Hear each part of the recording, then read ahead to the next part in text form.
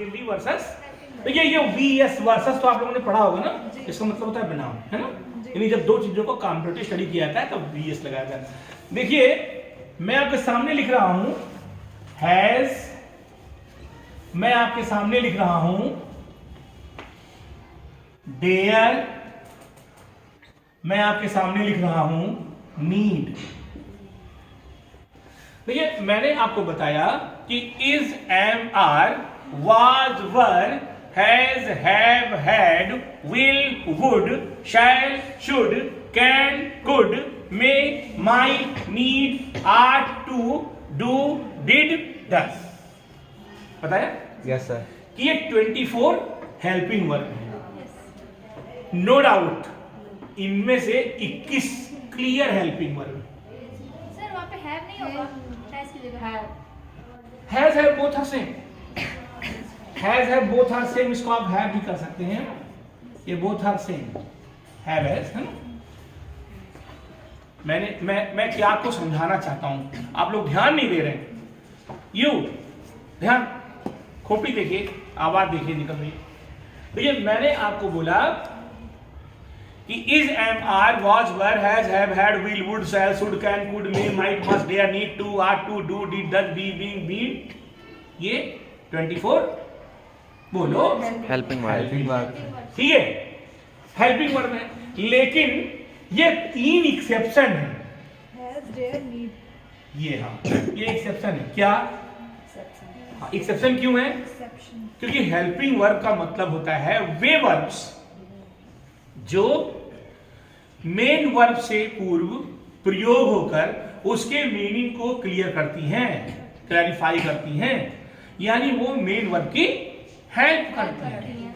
लेकिन मतलब इसका ये कि हेल्पिंग वर्ब के बाद मेन वर्ब आना जरूरी होता है। देखिए पकड़ रही है लड़की, आगे बढ़ी, जरूरी होता है। मगर ये 3 थोड़ा सा हटकर है। क्या ये 3 मेन वर्ब, इनमें से एक तो मेन वर्ब से पहले आती भी है, 2 तो बिल्कुल डिफरेंट है कि जब ये आती है तो मेन वर्ब आ भी सकती है और नहीं भी आ सकती है। नहीं, ये 2 जब आएंगी तो मेन वर्ब बिल्कुल नहीं आएगा, आएगा ही नहीं। हाँ, हेल्पिंग वर्ब इनके साथ जुड़ सकती है, लेकिन हेल्पिंग वर्ब को भी जोड़ना ग्रामर के पॉइंट ऑफ व्यू से रॉन्ग है, ठीक, गलत है। और मैं आपको गलत ग्रामर नहीं बताऊंगा। तो आप यहां पर देखिए, जैसे सेंटेंस है ना कि आई हैव अ बुक, देखा आपने। अब आप हैव को देखिए, कोई मेन वर्ब नहीं है, तो ये हेल्पिंग भी है, मेन भी है, ये मॉडल सेंटेंस बन गया। ठीक है, बिल्कुल ऐसे ही है ना। सेंटेंस है कि हाउ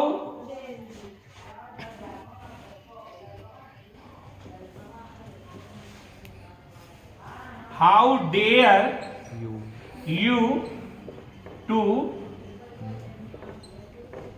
abuse me। देख कितना बढ़िया सेंटेंस है, याद भी कर लेना। कैसे तो गाली दिया? हाँ? तुम्हारी हिम्मत कैसे हुई मुझे गाली देने की? हाँ? तुम्हारी हिम्मत कैसे है मुझे गाली देने की? हाउ डेयर यो क्या ट्रांसलेशन हुआ? ट्रांसलेशन का? हाँ,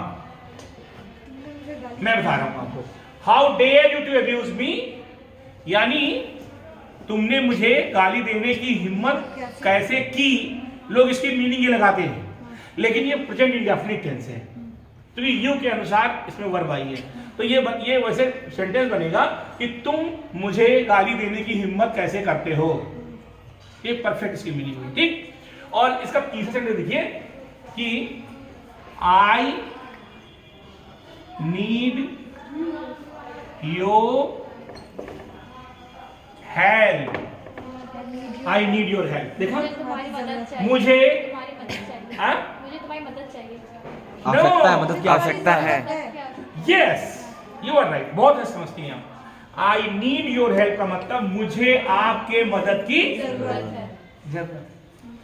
मैंने ये 3 सेंटेंस क्यों लिखे ये बता दूं आपको। मेरे पास नहीं है। नो बेटे, ये तीनों कुछ अलग हैं 24 में। इसमें कंफ्यूजन हो सकती है कि वर्ब है कि नहीं है। यस, मैंने आपको बताया था कि ये एक्सेप्शन है, EXECPTION। जैसे कोई कहे कि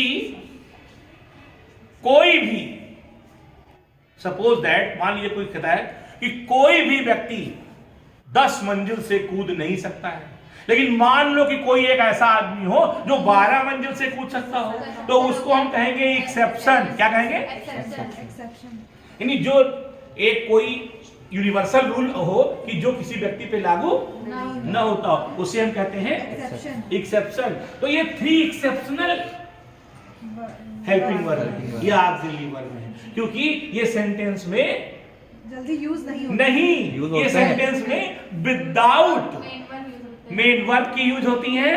कभी कभी ये मेन वर्ब हेल्पिंग वर्ब दोनों का एक साथ काम करती है, ठीक है। और इसीलिए जब हम, है ना, इसका इंट्रोगेटिव बनाएंगे तो ऐसे बना देते हैं कि हैव यू अ बुक या हैव आई अ बुक, और इसको ऐसे बना देते हैं कि इंट्रोगेटिव है। Yes, do you dare to abuse me. इसको ऐसे बनाते हैं कि I need not your help. अगर इसको नेगेटिव बनाना है तो इसी के बाद हम नॉट लगा देंगे, I need not your help. और नीड नॉट को शॉर्ट में पढ़ते हैं needn't your help, I needn't your help, ऐसे बोल देते हैं, है ना।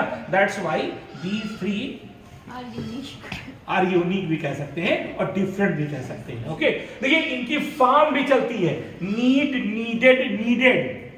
अगर पास्ट टेंस में सेंटेंस है कि मुझे आपके मदद की कल जरूरत थी, था नहीं बेटा, थी, है ना, मुझे के साथ थी, है ना, मुझे आपके मदद की कल जरूरत थी, तो हो जाएगा I needed your help yesterday।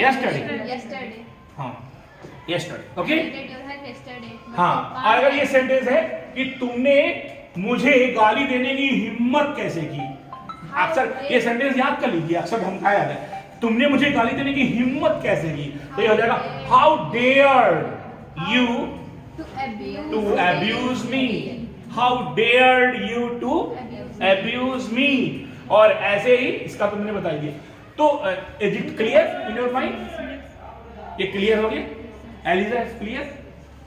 Okay, clear, clear, okay, right.